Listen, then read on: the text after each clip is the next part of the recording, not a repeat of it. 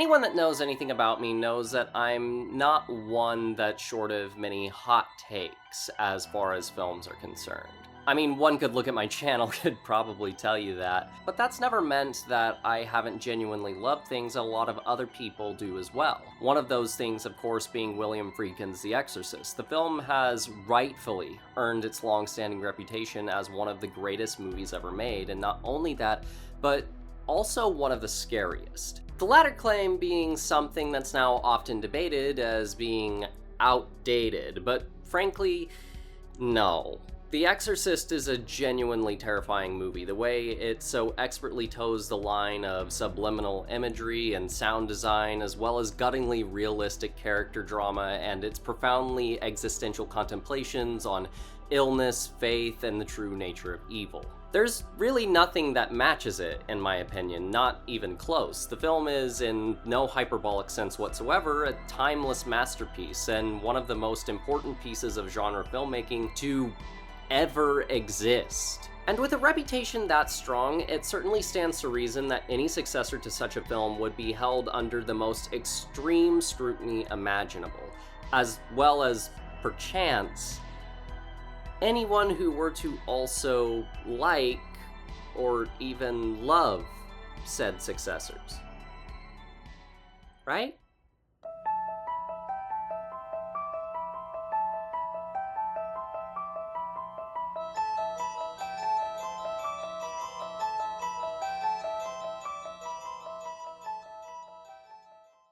At the time of writing and recording this video, there have been 4, technically 5, but we'll get into that later, sequel films, 1 television series that lasted only 2 seasons, and I've heard it's quite good, but I haven't had the time or energy to dive into, and even a parody film that kind of, in some form at least, operates as an unofficial sequel because of Linda Blair's involvement. And contemporary horror master Mike Flanagan has now been brought on as the most recent attempt to revitalize the franchise, to which I certainly wish him luck, because every last attempt I've just mentioned has been deemed a failure in some form or another. And while I understand that failure in some ways, I simply cannot abide by the notions that most of these entries are bad, nor offer anything of artistic value, which is why I have to start by talking about... She draws well. The flames. The flames. Calm down, son. It's just a drawing, not the real thing.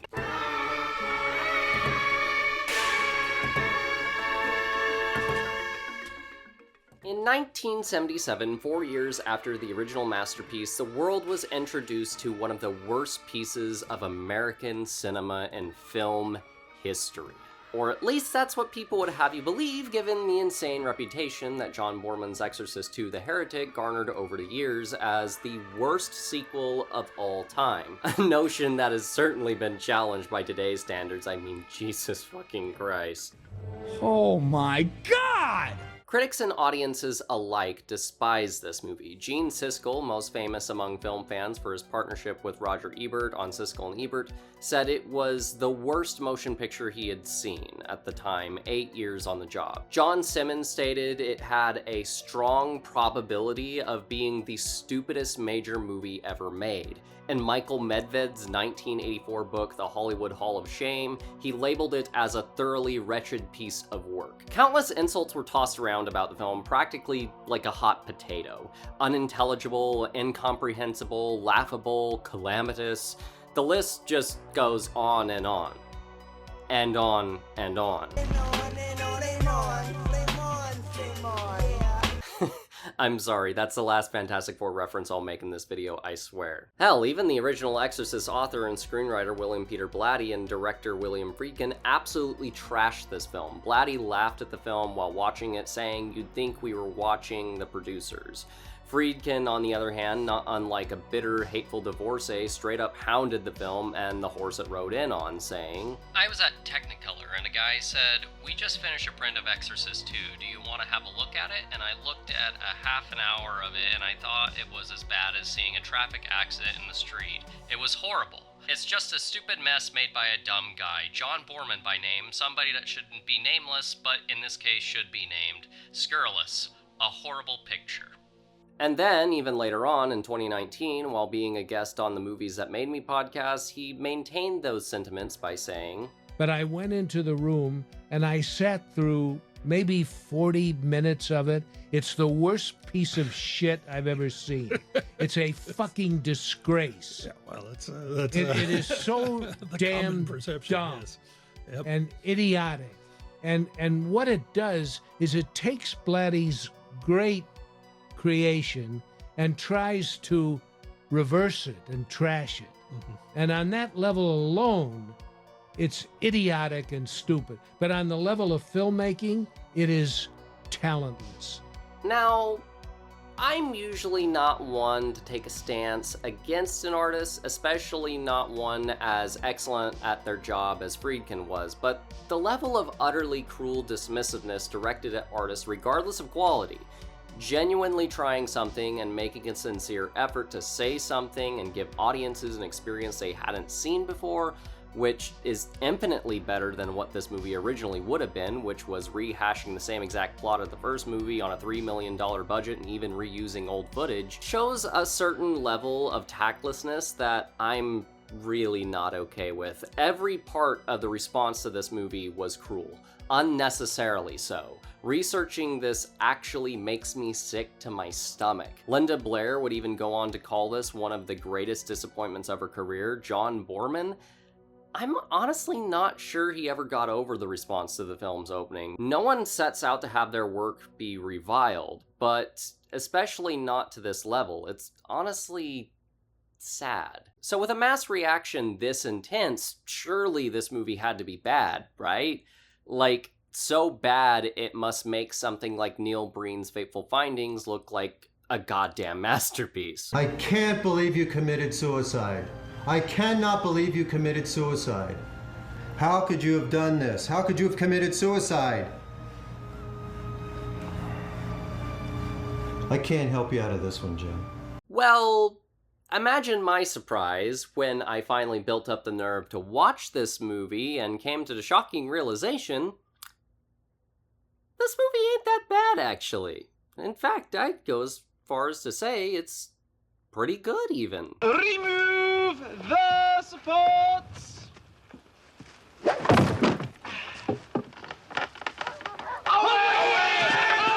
It's a fair cop. Yes, I know. I've already had these discussions with my friends. I know I'm in the vast minority when it comes to my opinions on this movie. I've made peace with it. But I don't think I would be very good at what I do here if I didn't try to at least share my point of view and why I personally dig it. But to do that, we kind of had to go back to the inception of this film, which didn't start with director John Borman, but rather playwright William Goodhart. A lot of Williams in this franchise, now that I think of it. John Borman was actually in consideration to direct the first film before it made its way to Friedkin's hands, but he didn't really care for the script, considering it rather disturbing and repulsive. An odd assessment coming from the man that made Deliverance, I know. But it wasn't the kind of movie he wanted to make, but then Goodhart was commissioned to write the screenplay for the sequel, which would eventually find its way back to Borman, and it was kinda love at first sight. The film itself, I think, is an interesting one. There's some good work in it, but when they came to me with it, I told John Calley, who was running Warner Brothers then, that I didn't want it.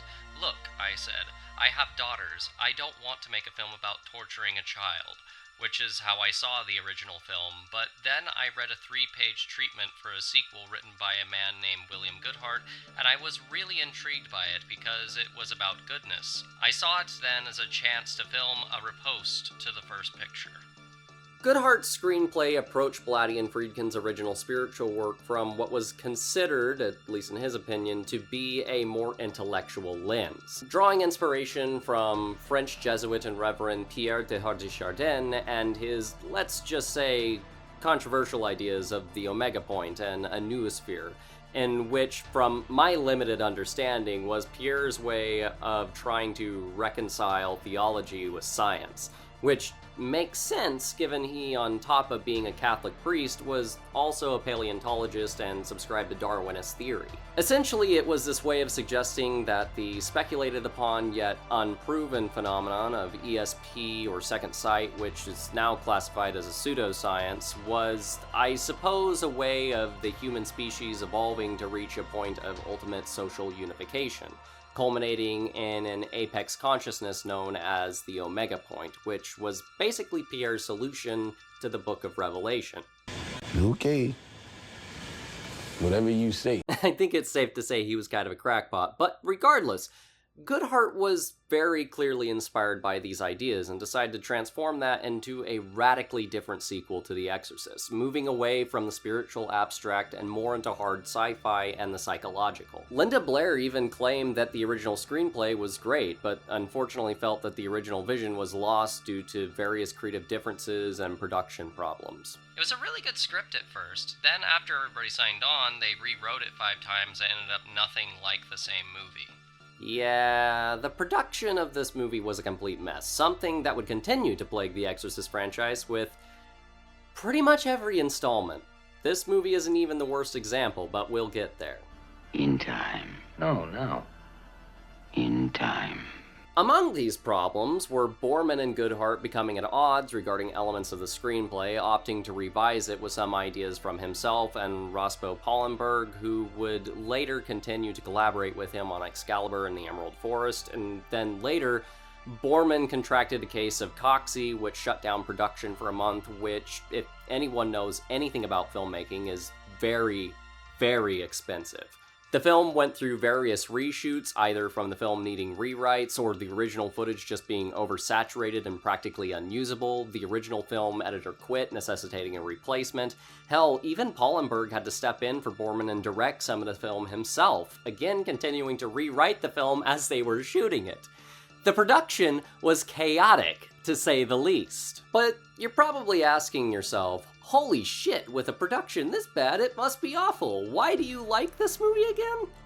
And yeah, that's fair. So I might as well get into the film itself. For starters, William A. Fraker's cinematography is fucking phenomenal. Something that should be an obvious statement considering he was a 5-time Academy Award nominee and even received a Lifetime Achievement Award from the American Society of Cinematographers. You may recognize him from his work on Rosemary's Baby, Bullet, War Games, and the list just goes on. From the film's very distinct ethereal use of reflections and lighting, as well as surreal, anxiety-inducing aerial shots, the way everything feels less like the cold and cruel reality of the original film and more like a chaotic, saturated fever dream, just creates an extraordinarily unique visual identity from the work of Owen Roizman. Ironically, both Owen Roizman and William A. Fraker would also serve as cinematographer on 2 separate Wyatt Earp films, both depicting the historical feud of Tombstone, Arizona, that released just 6 months apart from one another that also received polar opposite reactions. With how vast and diverse the art of filmmaking is, you sometimes forget what a small and oddly cyclical world we live in. But aside from that, the score for The Heretic was also entirely different from the original, not even so much as a reprisal of the instantly iconic Tubular Bells by Mike Oldfield. Instead, the film opted for an entirely original score done by the one and only, the maestro himself, Ennio Morricone, whose work you may recognize from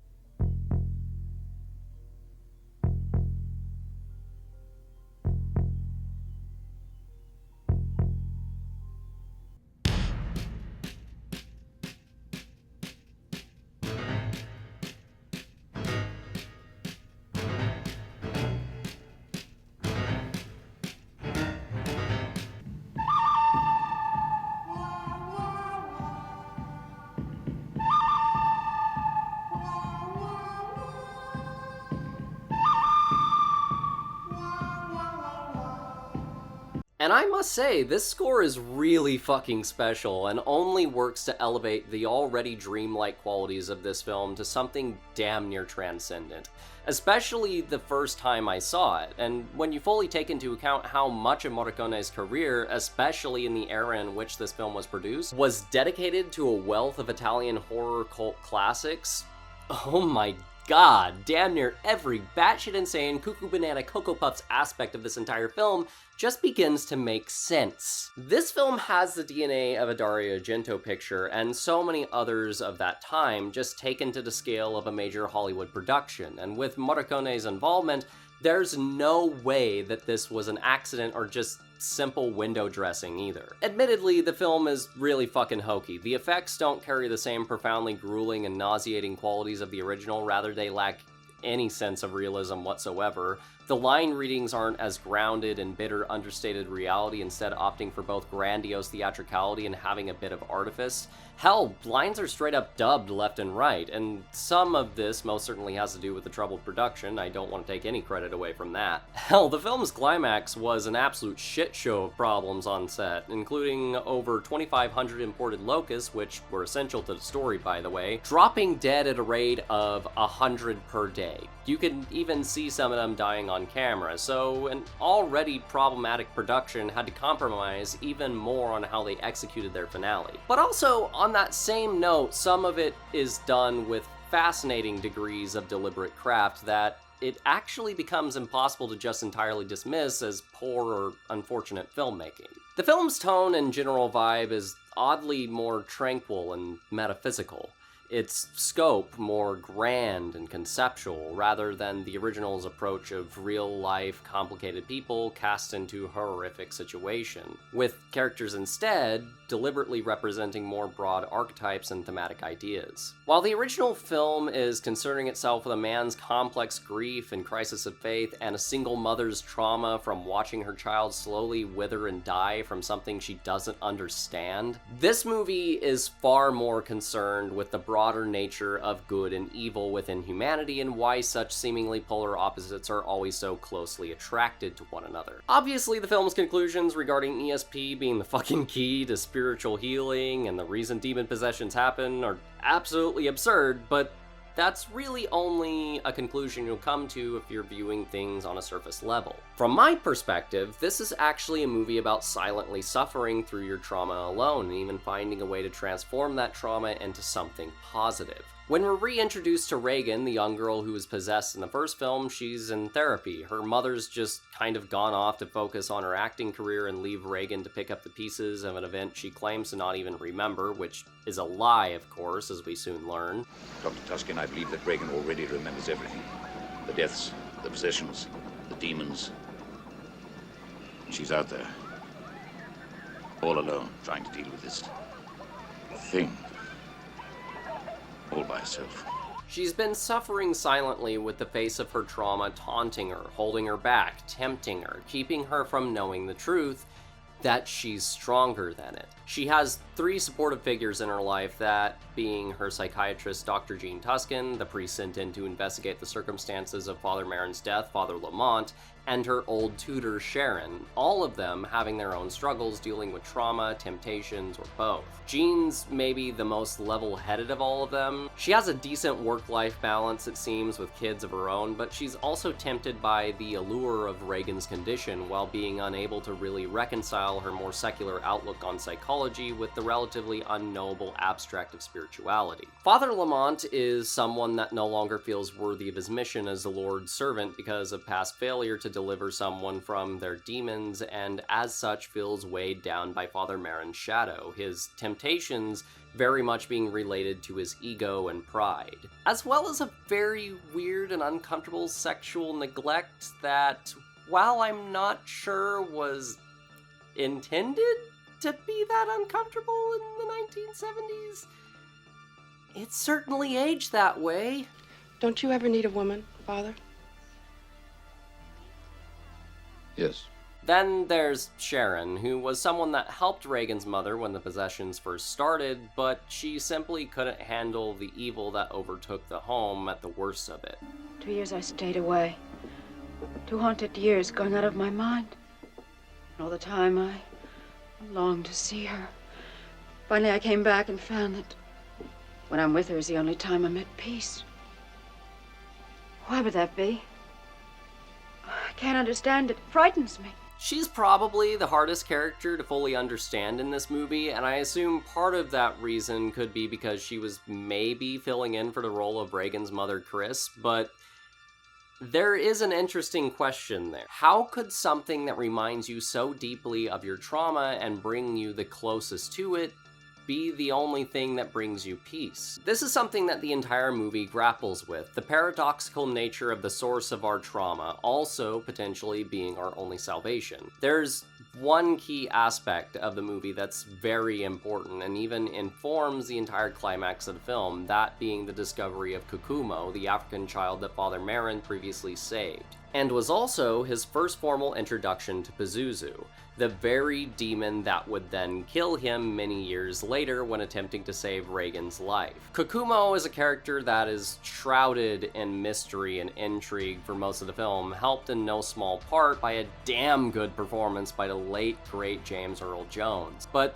also in how he is first presented after his exorcism. We don't see him as who he truly is at first, but rather his dream form, which is a solitary warrior cloaked in a locust-like costume meant to emulate the form that Pazuzu takes for most of the film, which is curious. Then when we finally meet Kokumo for who he truly is, which we only get to see because Lamont's willingness to take a gruesome leap of faith into a pool of spikes, a sequence that will probably remain imprinted in my mind forever. He's a scientist, and not only that, he's found a way to quiet the storm of Pazuzu's demonic evil with the very form that Pazuzu takes, a locust.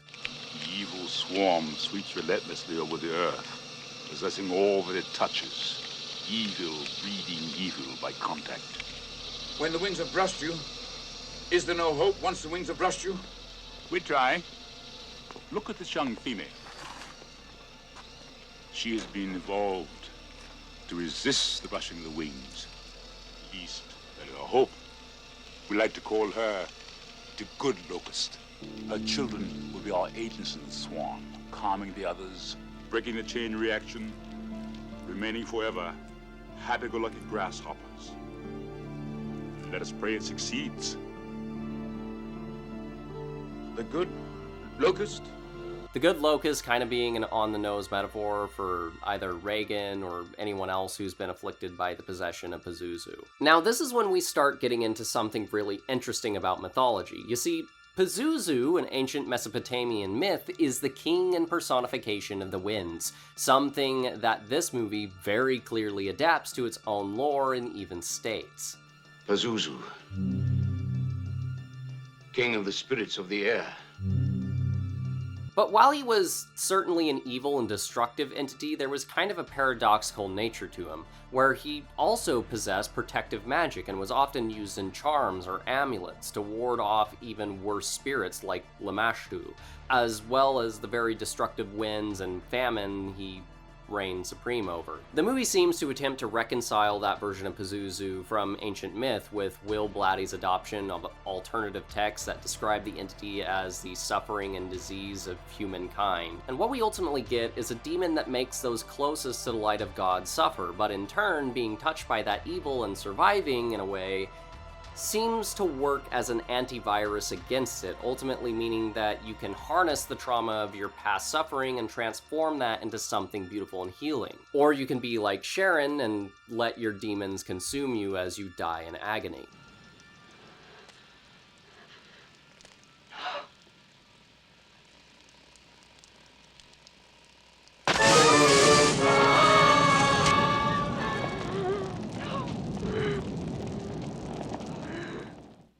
Reagan.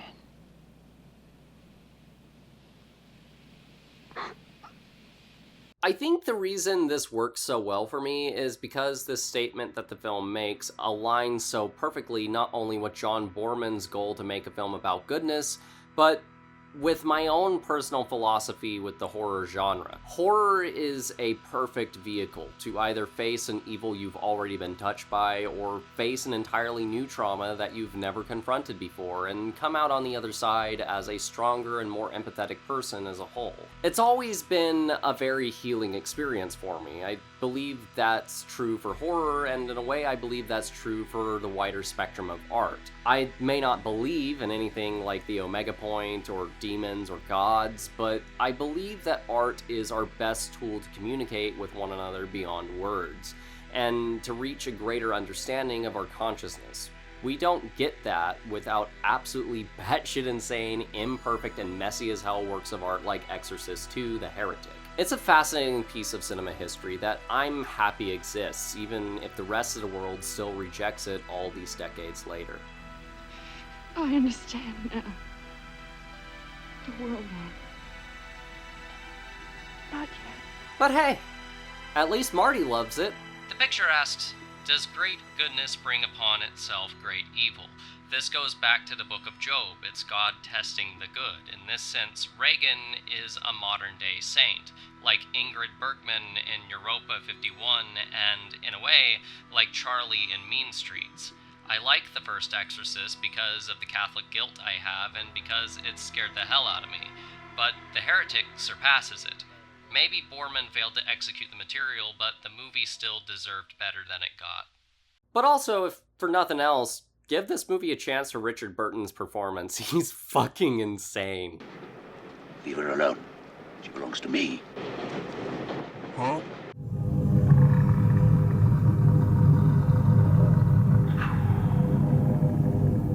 Some more film history for you. Despite initially having no desire or intentions of sequels and even utterly despising the second film, William Peter Blatty conceived an idea for a sequel that he quickly fell in love with, called Legion, inspired by a story within the Gospels of Luke and Mark where Jesus encountered a man who was possessed by multiple spirits. And Jesus said to the man who was possessed, "What is your name?" And he answered, "Legion, for we are many." He wrote the story with the intention of Friedkin once again returning to direct, who also loved the idea. Even WB, despite the complete failure of The Heretic, was more than enthusiastic to have the original duo back. It was a story that took The Exorcist back to its initial roots, ultimately being a character drama first and a horror film second, as well as combining a new element of a whodunit mystery. It would feature Lieutenant Kinderman, the homicide detective that was dear friends with Father Karras in the original film and novel, as the central character and following him as he investigates a series of horrific murders that somehow tie back to a deceased murderer known simply as the Gemini Killer, Blatty obviously taking direct inspiration from the Zodiac Killer. But the film ultimately fell apart due to creative differences between Friedkin and Blatty, an omen for many things that were to come later, to which Blatty then just decided to adapt his script into a best-selling novel that got published in 1983. An entire decade after the release of the first Exorcist film. Then, he decided he would try his hand at making it a movie again. There was even a minor bidding war between Morgan Creek and Karolko Pictures, but it wasn't necessarily a difficult decision to make, with Blatty choosing Morgan Creek after Karolko suggested that the film instead feature an adult Reagan McNeil giving birth to possessed twins. And given the studio's knack for spectacle by that time, this bizarre idea starts to make a lot of sense. And for a short time, Blatty even considered John Carpenter for the role of director. I met with Blatty over the course of a week, perhaps a week and a half. He had director approval, so he was testing and probing me to find out who I was and how smart I was and whether or not I should direct. I was ambivalent about the script, primarily because it didn't have an exorcism. Our time together was a lot of fun. We talked about everything. I kept suggesting a third act exorcism and pushing the both of us to come up with some new, exciting, and grotesque deviled gags. Blatty was resistant. He wanted to direct it and wanted to stay very close to his novel. I respected Blatty, figured out that he really wanted badly to direct the picture, and I felt I couldn't get what I needed, so I withdrew from The Exorcist 3. And with that, William Peter Blatty signed the deal with Morgan Creek to direct the film himself, which would make this his second and final directorial effort, preceded by The Ninth Configuration, an adaptation of his novel Twinkle Twinkle, Killer Kane that he made independently. The original Exorcist, The Ninth Configuration, and Exorcist 3 Legion would ultimately come together to complete Blatty's trilogy of faith, a trilogy of films that ponder themes of faith and sacrifice in the face of human suffering, brought on by death, disease, trauma, and evils beyond our own comprehension. Which, by the way, I do suggest that you check out The Ninth Configuration. It's a very interesting film. If for nothing else, watch it for Stacy Keach, who is absolutely breathtaking in the film, delivering arguably one of the best performances of his entire career.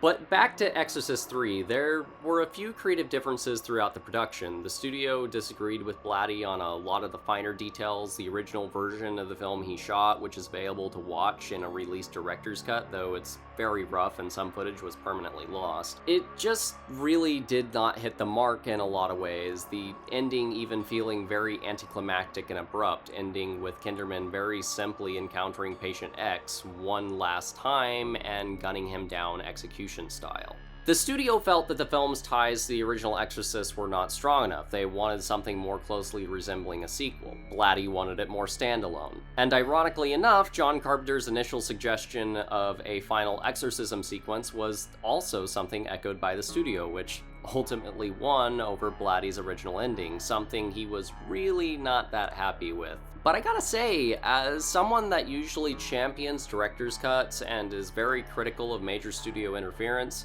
Morgan Creek was completely right in this regard, something I cannot say later on.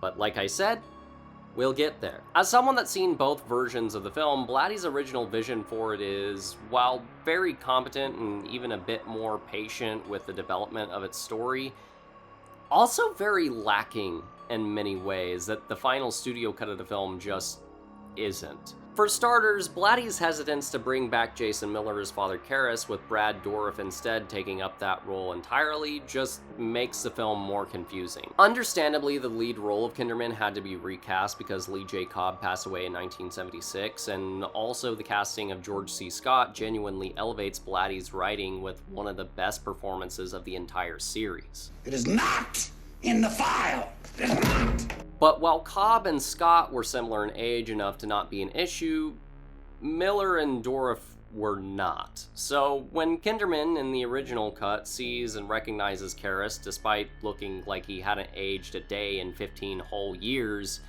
and them canonically being best friends, it really doesn't make any sense, recasting or not. And also, by the studio's decision to bring back Jason Miller as Father Karras, in addition to many implications of a familiar face, such as aging and the horror of him acting nothing like his character in the first movie due to possession and or possible madness, it ultimately creates a more ingenious visual motif by cutting between the two performances of Miller and Dourif, visually depicting the conflict between two souls trapped in one body. The soul of Kinderman's best friend Damien Karras, and the soul of Kinderman's closest encounter with evil itself, the Gemini Killer.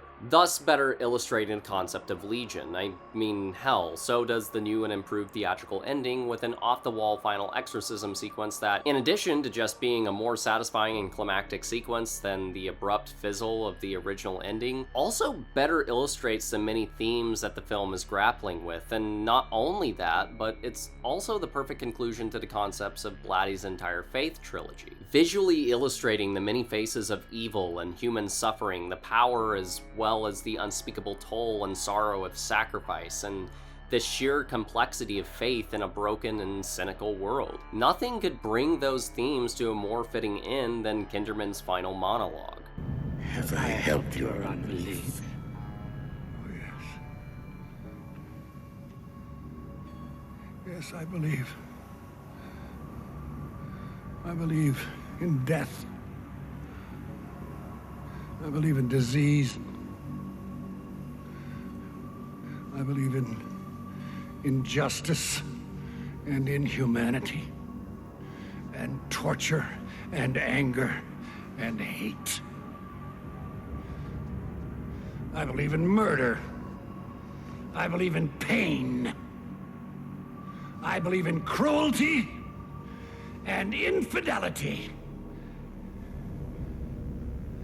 I believe in slime and stink and in every crawling, putrid thing, every possible ugliness and corruption, you son of a bitch! I believe!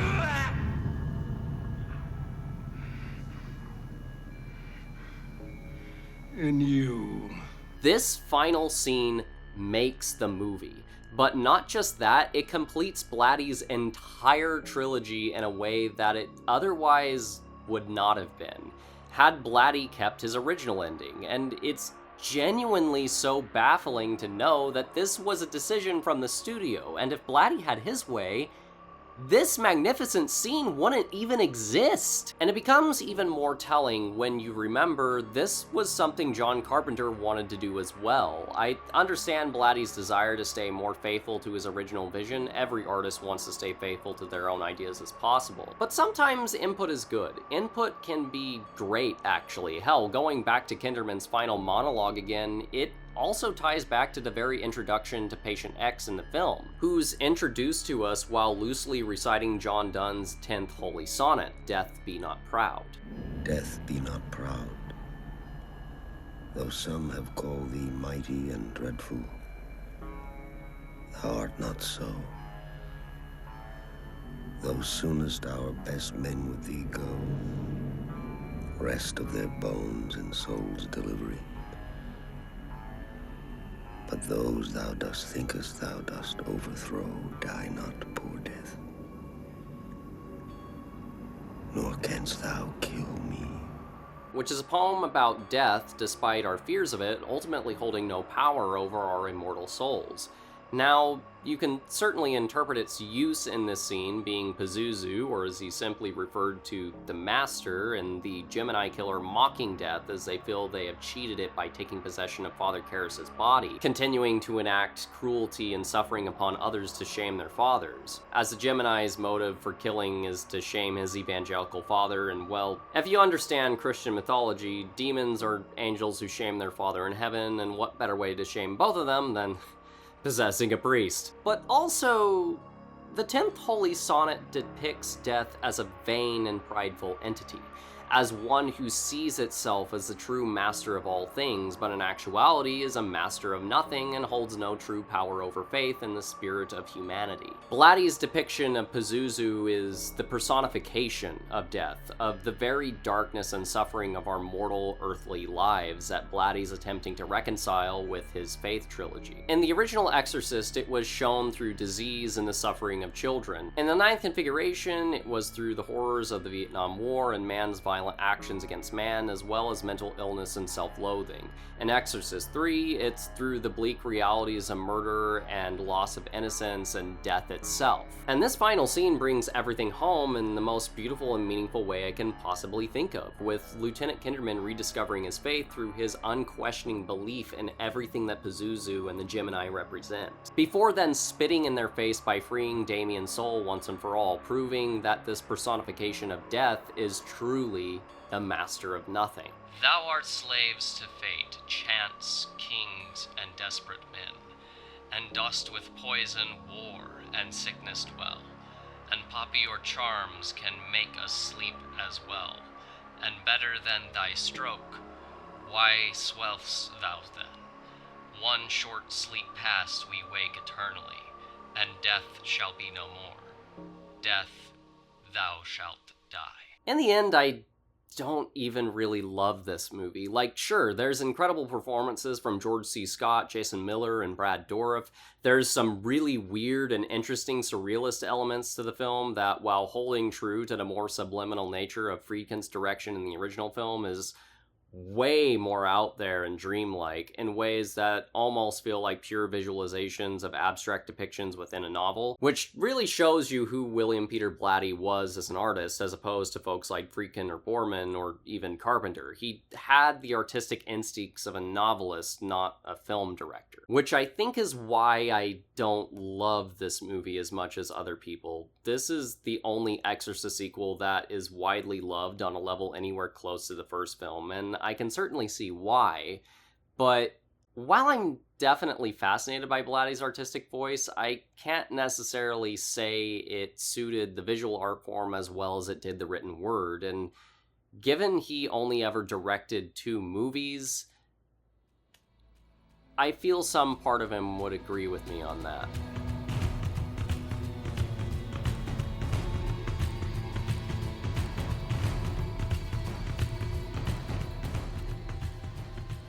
And so we finally reached it, the biggest production disaster of this entire franchise. If you haven't yet, you might want to grab a seat, perhaps a drink while you're ahead. This one's a doozy. In 1997, coincidentally the year I was born, 7 years after the release of Exorcist 3, Morgan Creek began development on an Exorcist prequel with screenwriter William Wisher Jr., who co-wrote the screenplays for T2 Judgment Day and The 13th Warrior. It was a film that would depict a younger Father Lancaster Marin having a crisis of faith after World War II, and see the early days of his missions in Africa and first true encounter with Pazuzu. There were various directors considered for the project, the two most notable being Tom McLaughlin of Jason Lives fame and John Frankenheimer, who, in addition to being a pioneer of the modern political thriller, was a very accomplished director of his time, known for movies like Ronin, The Manchurian Candidate, Prophecy, Reindeer Games, and The Challenge. He replaced Richard Stanley on the infamously abysmal and hellish production of The Island of Dr. Moreau. Hell, he even directed a sequel to another William Friedkin film, The French Connection 2. His attachment to the Exorcist prequel made sense, though, given his life experiences of growing up in a conservative home and even at one point considering joining the priesthood himself. Wisher's screenplay even received a substantial rewrite from Caleb Carr, who was not really a screenwriter so much as he was a military historian and an author, which kind of makes sense, I guess, given the film's subject matter. They even cast Liam Neeson in the lead role of Father Marin, but before they went into production, Frankenheimer fell ill and had to be replaced with Paul Schrader, most notable for his early work with Martin Scorsese, such as Taxi Driver, Raging Bull, and The Last Temptation of Christ. And a month later, John Frankenheimer died of a stroke. Regardless of one's thoughts on this man and his overall body of work, a Hollywood legend was lost during the development of this film, that much is certain. With Paul Schrader taking over responsibilities, he opted to rewrite the film again, which led to the departure of both Liam Neeson and Caleb Carr. Later on, Schrader would claim that he remained very faithful to Carr's work on the screenplay, but according to Carr himself, that seemed to be a little more in the air. It's kind of uncertain, but the one thing that is for certain is that he absolutely hated Paul Schrader's guts, which, you know, Paul certainly has that effect on people, just ask Martin Scorsese's dog. But anyway, I'm getting a little off base here. Point is, this movie's production was hell. They had to recast the lead of the film, landing on Stellan Skarsgård, who's fantastic, and then the film's budget, due to changes in directorial vision and writers, just fucking doubled, bringing the cost to around $40 million.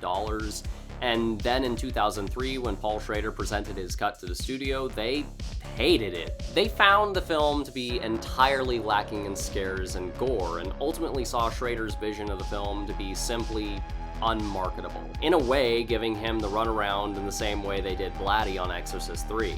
However, while Blatty put up with the noise and ultimately, in my opinion at least, made a better movie, Paul pretty much caved, as he was very unhappy with what was becoming of the movie as control slipped further and further away from him.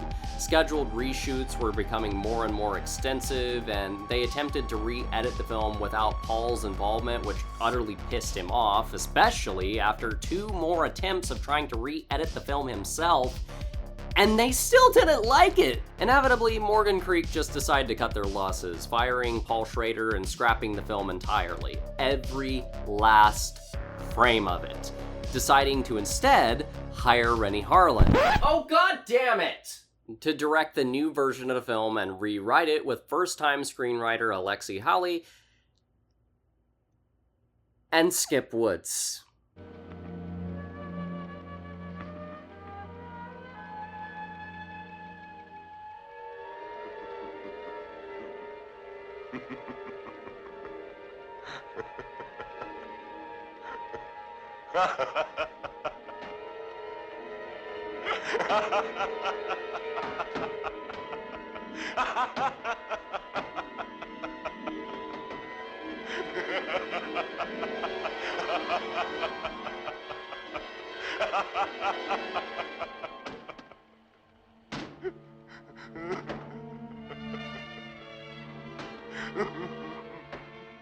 And on top of that, the only 4 cast members to return to this new version of the film were Skarsgård as Father Merrin, Julian Wadham, Andrew French, and Israel Adwaramo.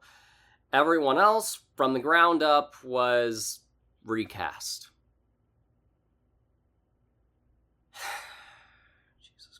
Slated for the release of summer 2004, Renny Harlin and his team went into production on what was, by all accounts, a completely different film in December of 2003, meaning they had less than a year to make an entire movie from start to finish.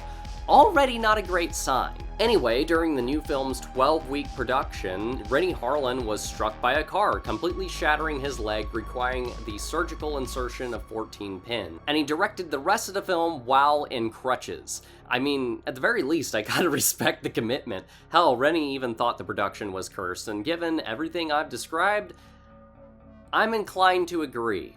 Not to sound ridiculous, but I think it must have been a warning from somewhere.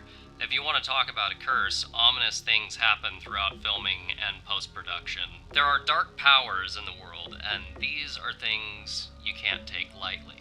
By summertime, they were still working on the movie, now officially titled Exorcist: The Beginning, which once again had more than doubled in budget, reaching the finishing line at around $100 million, and it wasn't even completed until mere days before its release on August 20th, 2004, and results were...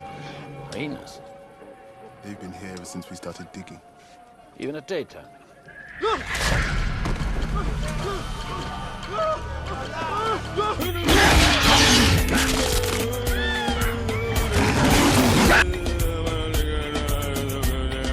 God is not here today.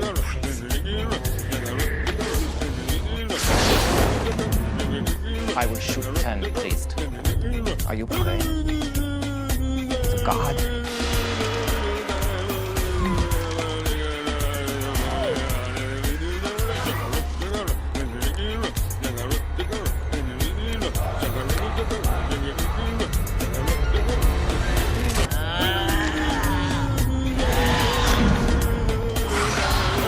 Father, and of the Son, and of the Holy Ghost, by the sign of this holy cross.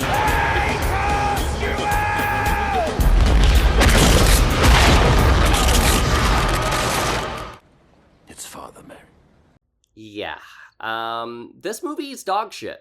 Easily one of the single worst works of cinema I have ever witnessed. It follows every tired 2000s horror cliche to the letter. Jump scares that make no sense, senseless cruelty with no thematic resonance, cardboard cutout characters that only exist to progress generic plot beats, mixed in with some of the most bizarrely stupid and tasteless execution I've ever seen, not to mention, holy fuck! This movie is racist as hell. Somehow, the depiction of indigenous African communities regressed from 1977 to 2004.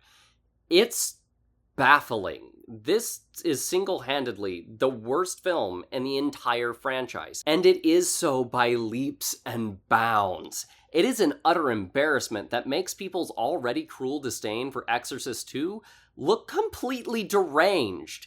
And I'm being entirely honest in that statement. Hell, I'm pretty sure William Peter Blatty agrees with me. After a slam-bang opening sequence, Harlan's prequel deteriorated into what was surely the most humiliating professional experience of my life, particularly the finale. I don't blame Renny Harlan, for he gave Morgan Creek, I promise you, precisely what Morgan Creek demanded. Not shocking obscenity, but shocking vulgarity. Honestly, I feel Blatty was being too kind. That opening scene is also dreadful. Thankfully though, Paul Schrader's cut of the film was not lost. In fact, after the total critical and financial failure of Exorcist: The Beginning, Warner Brothers picked it up for distribution and Morgan Creek gave Paul Schrader the budget of a fucking ham sandwich to finish it. Which history, regarding the likes of WB, would later show was really ironic. But yeah, the original vision of this film was finally completed and released to the public nearly a year later under its new name, Dominion. And it still did terribly, both critically and financially. Worse financially than The Beginning did. Critics were kinder to it than they were with Beginning, primarily because of far more apparent artistic ambition on display, but the film was still ultimately panned for what was seen as poor writing and performances, the lack of scares, and the most apparent problem, abysmal visual effects that had to be completed on just $35,000. See? I told you it was made for the budget of a sandwich. Thing is though, the critics were kinda wrong. This movie rules. This version of the movie opens in World War II and sees a Nazi lieutenant force Father Merrin to choose 10 villagers to sacrifice so that the rest of the village may live, and you're probably thinking to yourself, wait, isn't that also in Harlan's version? You would be completely correct. However, the execution could not be more different.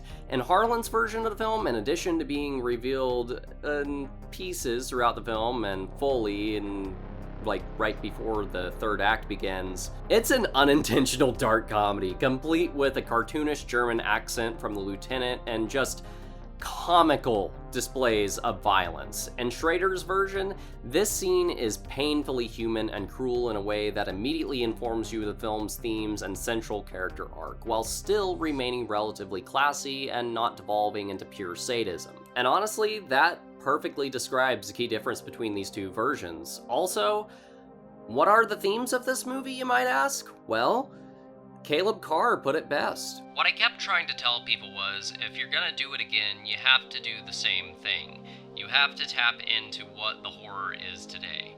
Now that we've seen every possible kind of physical horror, not only in horror movies, but on the news, we haven't yet found a way to cope with the fact that, at their base, a lot of people are not good people. And that's a scary, scary thought. That even that little bit of evil that's in every person can be drawn out and used. A striking idea that honestly rung very true in a post-9/11 reality, but also to anyone that has dared to understand human history and the horrors that lie within it, which this film very much taps into.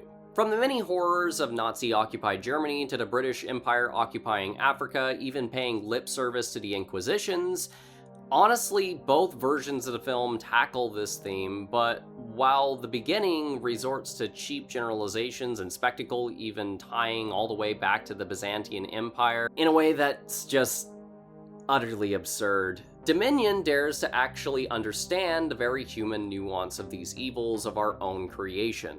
The devil may be there as a whispering wind to guide our temptations into evil actions, but it's ultimately man's choice. That's the scary thing that this movie is dealing with, that perhaps deep down, we're all capable of great evil, and more than that, maybe the devil or Satan or what have you is just something we cast blame onto to free ourselves of our own guilt or shame. This movie is fascinating, not perfect by any stretch. Those VFX are indeed quite bad, and I don't think the film fully absolves itself of problematic depictions of African natives, but it does do a great deal to remedy them by actually showing them in the same level of grace and humanity as it does everyone else. Stellan Skarsgård's performance as Merrin, while rather stoic and reserved, is fucking excellent. Vittorio Storaro's cinematography is simply stunning, having a wholly unique vibe from anything else in the series, and this film's depiction of Pazuzu, or as he's only ever referred to in the film, Satan or Lucifer, is fascinating. May actually be one of the best cinematic depictions of the devil I've ever seen. Not an explicitly evil entity, just a being whose very presence invites man's most evil nature. Hell, this movie even manages to throw in just a small morsel of love for Exorcist 2 in the film's opening to anyone who pays attention, with a subtle wind blowing past Father Merrin with a faint sound of locusts as he succumbs to the Nazis' order to select villagers for sacrifice. And on top of that, this film offers a really unique subversion to its depiction of possession in contrast to the original. In the original film, we see a young and healthy girl slowly succumb to disease disease and deformity as the demon ravages her body, whereas in Dominion, we see a sickly and deformed boy gradually become healthier and more flawless as the possession overtakes him, the film adopting an alternative aspect of the demon's mythology, where instead of being an embodiment of plague and disease, is actually, once again, paradoxically, a healing spirit. It's fucking brilliant. And the crazy thing is, William Peter Blatty agrees. Note, after completing the interviews for this article, I received a message from William Peter Blatty saying that Schrader sent him a copy of his version of Exorcist the beginning, and that in spite of his initial reservations, he found it to be wonderfully acted and directed, elegant, and a class act. In fact, he liked it so much that he watched it twice. And honestly, I can't think of a more glowing endorsement myself.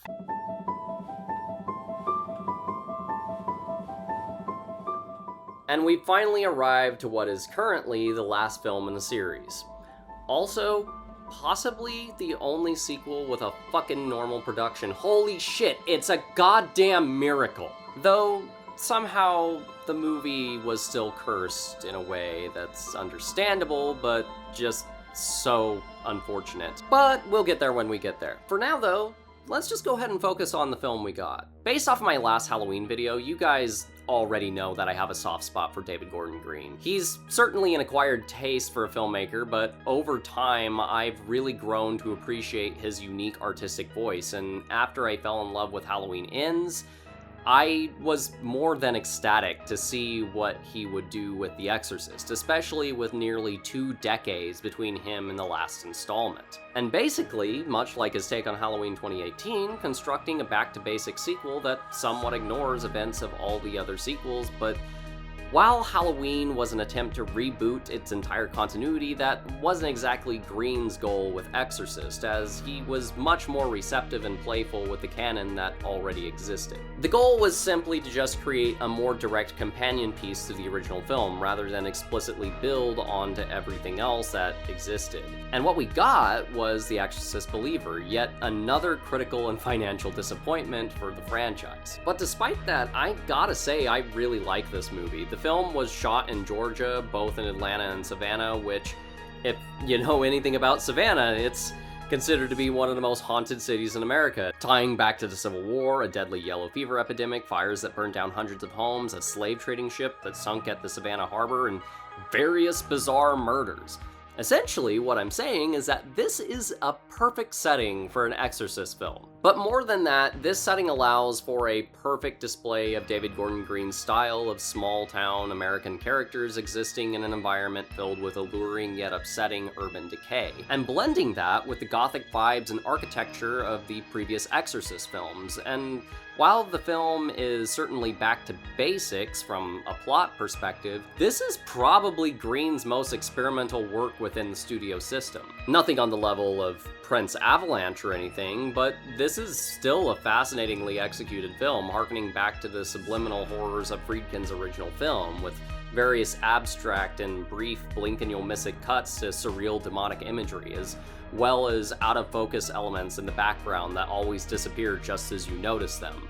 A wonderful trick that I always love in horror films that makes me feel like I've seen something I shouldn't. But aside from the unique technical quirks that make a David Gordon Green movie, this also has his heart as a storyteller. Having written the film with his past collaborators Danny McBride and Scott Teems, as well as Camp X-Ray writer and director Peter Sattler, the film follows the basic premise of the original film, with a single parent needing to turn to answers beyond human understanding to save their daughter from a demonic possession that's slowly destroying her from the inside out. Only with an added twist that this is a dual possession, where 2 children are afflicted rather than 1. Oddly enough, something that very loosely echoes Karolko's rejected pitch to William Peter Blatty on the 3rd film with possessed twins. Not that it's intentional in any way, I just find that funny. Anyway, aside from this very basic reprisal of a classic premise, this movie is an entirely new beast. This is not the same situation as other back-to-basic sequels or rebootquels or legacy sequels, what have you, where the film is practically just a retelling of the original film under a new context. Not that I have anything against that approach per se, but this is an entirely different movie. Hell, even the few homages it has to the original are done in such a way that flows so organically with the rest of the film that you barely even notice it's an homage. It's clear to me that Green didn't want to repeat the same exact set of tricks he did in his first Halloween film, instead wanting to get more ambitious, like he did with its sequels. What makes that most clear to me is how he includes the original film's protagonist, Chris MacNeil, who is also the most controversial aspect of this entire movie. Poor Ellen Burstyn. Long after refusing to appear in Exorcist 2, she agrees to show up in this thing. As the older version of Chris, now the ultimate coastal grandma, dressed in floaty, flattering white scarves and ropes of crystal beads, only to get about 10 minutes of screen time during which her character suffers a needless and stupid indignity. Though it's not something she could have known some 47 years ago, Burstyn said yes to the wrong Exorcist sequel. If only she'd chosen the one with poetry in its soul. There's a lot of things I disagree with this statement, but I'm just going to start with the matter at hand, that being the direction that was taken with Chris MacNeil. For starters, this movie was shot after COVID happened, so they had to take a lot of care into how they handled Ellen's involvement in the film. She was in her late 80s when the film went into production, and nobody wants to be responsible for the death of a Hollywood legend, so that could explain her more minimal involvement in the film, but also, I feel what's done with Chris MacNeil as a character in this film is fantastic. Unlike the other characters from the original film, we hadn't seen where life took Chris since 1973. All we really knew was that there was some distance between her and Reagan after the horrors that took place in Georgetown, but seeing her now, she's an elderly woman that, from a place of personal privilege, has tried to reshape her traumatic experiences into something that can help others heal. But also is someone filled with hubris in her ambitions to become an expert in demonic possession and exorcisms, to understand what cannot be understood. And it's something that permanently drove a wedge between her and her daughter. And then, when she decides to help the two afflicted families and perform an exorcism herself as some form of redemption, she flies way too close to the sun, and both of her eyes get gouged out as a deeply personal and mocking insult from the demon possessing the two girls, spitting in the face of Chris's own prayers. I wake up every morning wondering where my daughter is, praying that I'll see her sweet face again one of these days. Much like many other things in this movie, what happens to Chris is evil and cruel in a way that's just deeply upsetting to watch. And it may seem undignified at first glance, but if you know anything about ancient religious history, this is rather fitting. You see, in the Byzantine Empire and early Christianity, people's eyes were actually gouged out as a form of punishment for their beliefs. To name a few examples in particular, there's the virgin martyrs Saint Tatiana and Saint Ripsime, as well as Saint Lucy, the patron saint of the blind, who I think they are trying to evoke through Chris MacNeil's arc in this film. Saint Lucy, much like Chris, was born rich and privileged, sought to use her place of privilege to help the poor, and then was punished by having her eyes gouged out and executed. Strangely enough, this is not an indignity to inflict such cruelty on a beloved character in this franchise, but a deeply meaningful and, yes, poetic way to honor her. And also, her final scene, finally getting her bittersweet reunion with Reagan while never again getting to see her face, is one of the most beautiful bookends to any character in this series. Not to mention, the behind-the-scenes story of this scene is just hear it for yourself. I told Ellen that Linda had agreed to do this, and they were going to be reunited. It was just something that felt right, and Linda felt comfortable. She walked in, and the moment was shared by the dropped jaws of the crew. The camera operator was crying, didn't know what was happening. The moment that you see Linda take a knee and take her hand is the first time they'd communicated in many, many years. It was the first take. It's almost 8:30. We're gonna get into position. Okay, thanks, Marv. Are you guys crying? I said thanks, Marv! Let's move on! Crazy thing is, Linda Blair wasn't even supposed to be in this movie. She was just on set as an advisor for the child actors, as Green wanted to work with someone close to the material who knew how to get the kids in the film to darker places than they were used to in a way that was comfortable and safe. Basically, what I'm saying is that this is probably the most wholesome production of the entire series. Even the original film was a fucking nightmare of a production. Friedkin was often abusive to the cast and crew, earning the nickname Wacky Willie. There were a shit ton of technical problems, so many health problems and tragedies connected to the whole thing that people to this day say the movie was cursed. But somehow, Unbeliever was, by all accounts I've been able to find, the exact opposite of everything that Exorcist productions were known to be, which is a fucking miracle given it was shot in Savannah, and despite such a wholesome soul in this production, it's the only other entry in the series to match the sheer unbridled evil of the original film. I mean, for fuck's sake, this movie just casually kills a baby 30 minutes in. I have been praying for you night and day.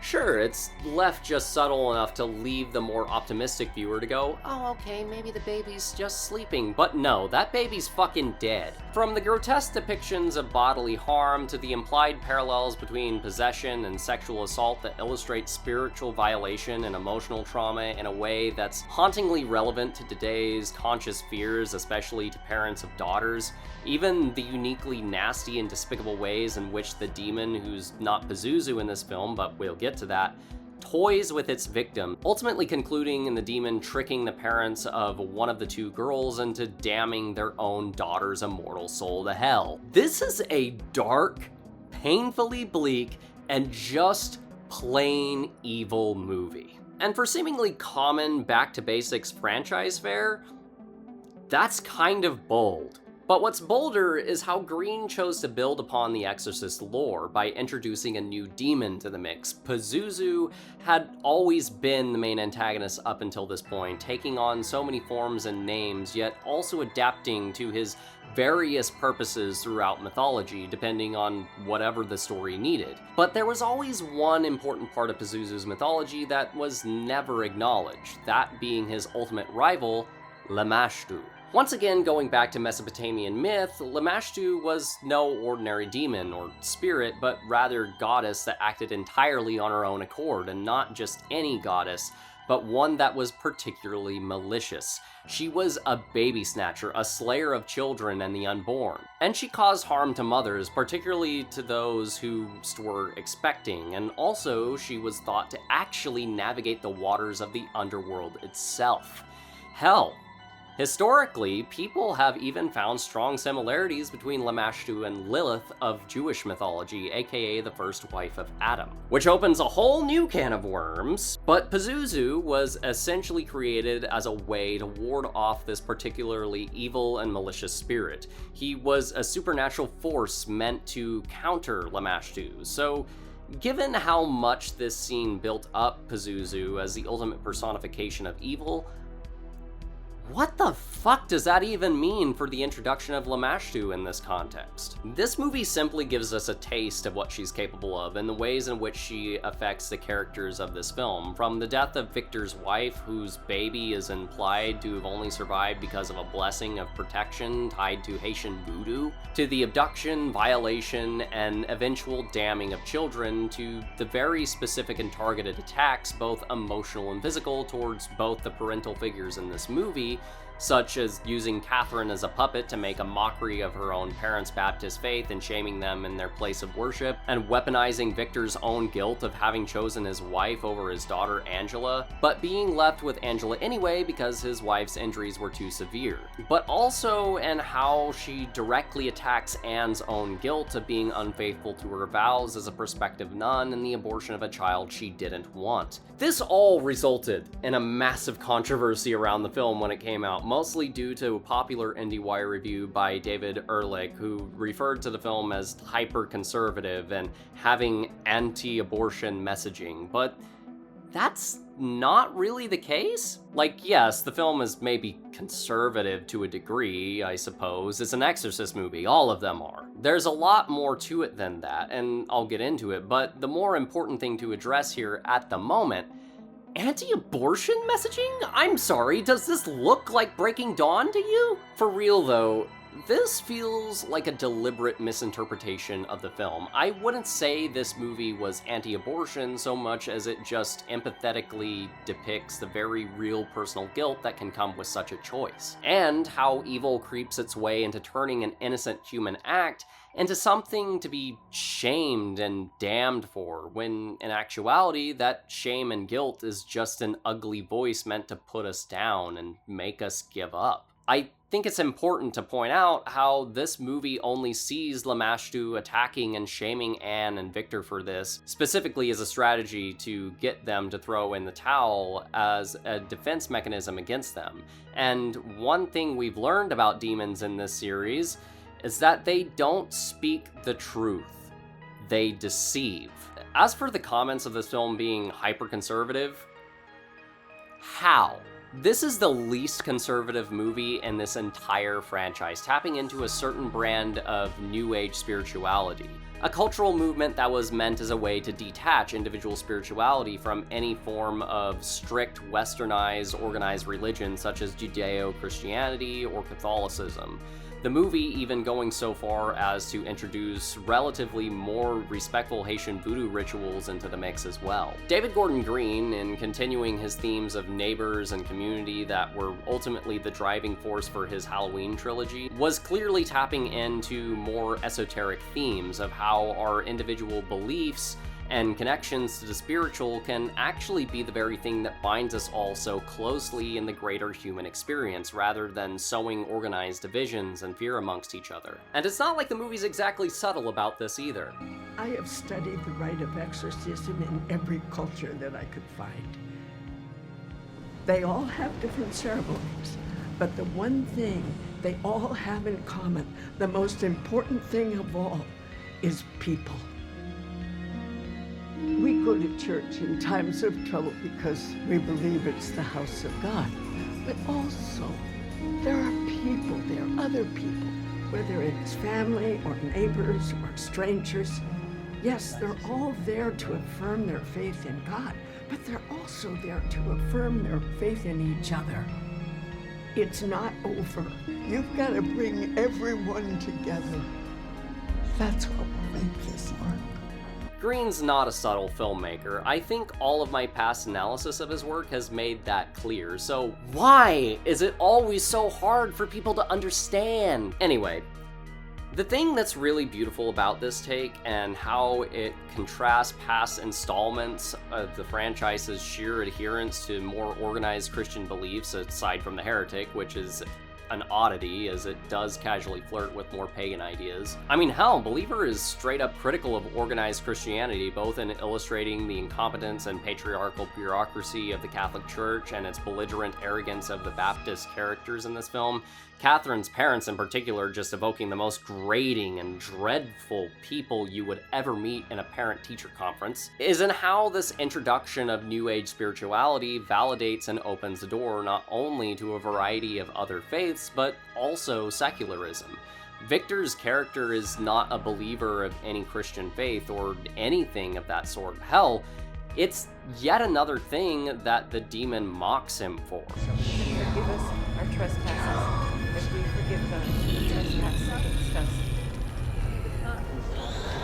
But that's the thing about belief. It takes on many forms. If not belief in God, then belief in humanity. If not that, you can believe in what you know.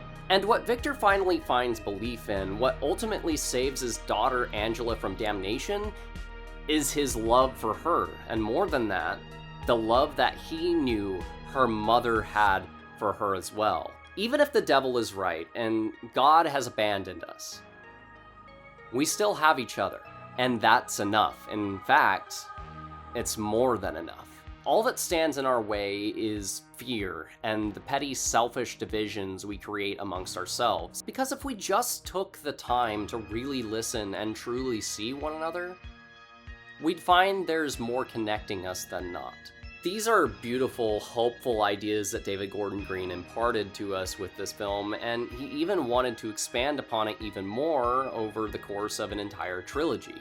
The sequel, Deceiver, would have followed Ann Dowd's character, who undoubtedly delivered the best performance in Believer, and most likely would have expanded even more on the complex mythology of Lamashtu and in how it ties into the grander scope of faith in the human experience. But as is true with all Exorcist sequels, people rejected Believer, and any plans that Green may have had to continue his story were dead in the water. Green may have beat the curse of production hell in these films, but the one curse that no Exorcist sequel has ever truly beaten is the audience. And as excited as I may be to eventually see whatever Mike Flanagan has to do with the next film, I don't have faith in the audience to be kind to it. They never have been, because so long as the shadow of Friedkin's 1973 classic looms large, no film's ever going to be good enough to match it. However, David Gordon Green leaves us with Anne's final monologue, a beautiful final scene that sums up the most important message to take away from this entire series and ties it all in a beautiful bow, in a way I never could. What do you think evil is? I'll tell you what I think it is. I think that we're born in this world with hope and dreams and a desire to be happy, and the devil has one wish: make us give up. Like Job in the desert, we can endure, we can heal. For some of us, it'll be harder than others. For some of us,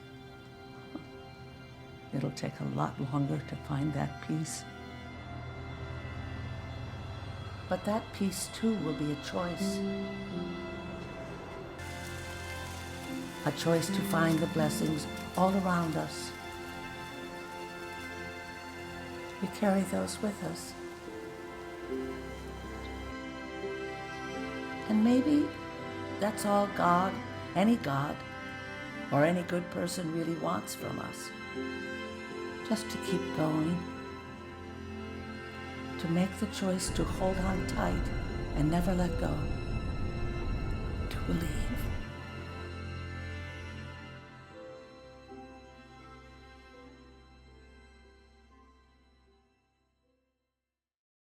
If you were to force me to put these films into any sort of arbitrary ranking, obviously the 1973 original is going at the very top. Then, in second place, Paul Schrader's Dominion.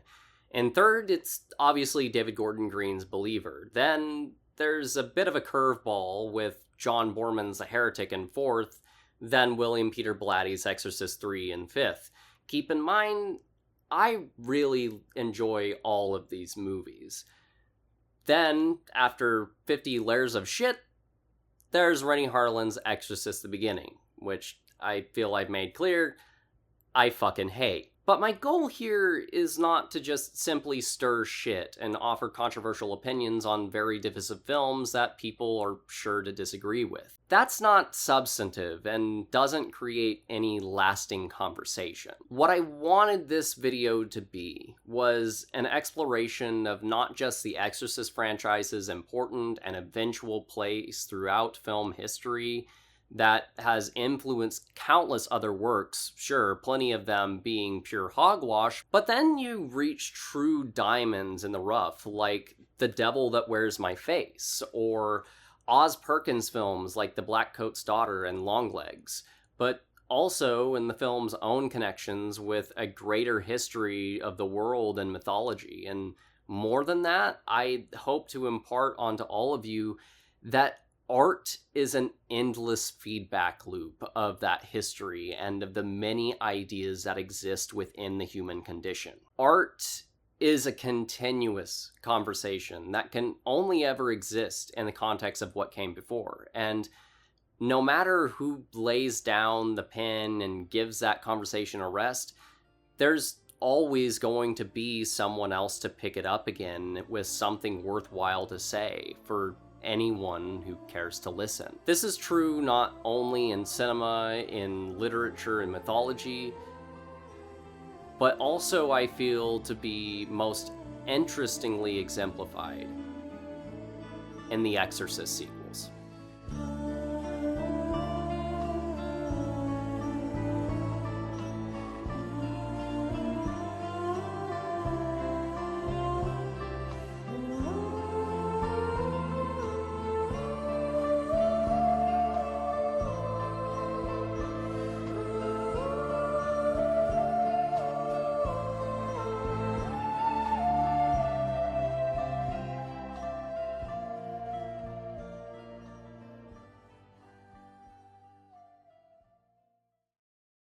Hey everybody, thank you so much for watching this video. This has been something I've been working on for quite a while.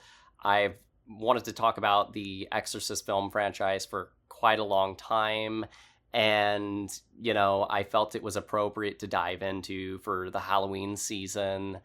And also because the films outside of the first movie and, you know, a cult following for the third, they really don't get all that much love. So I wanted to really share that love with these movies to hopefully kind of spark a newfound interest in these films. And also just, you know, a whole lot of other things. I also have another video that's in deep development right now. It's already written. I'm just editing and shooting it right now. I'm hoping to get that out by November.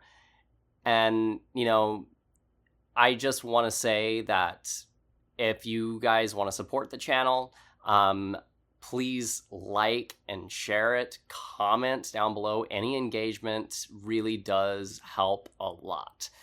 And also, I am going to ask once again that you check out my Patreon if you can. I've tried to really make things as accessible as possible, and, you know, my hope is that I can make this a full-time thing.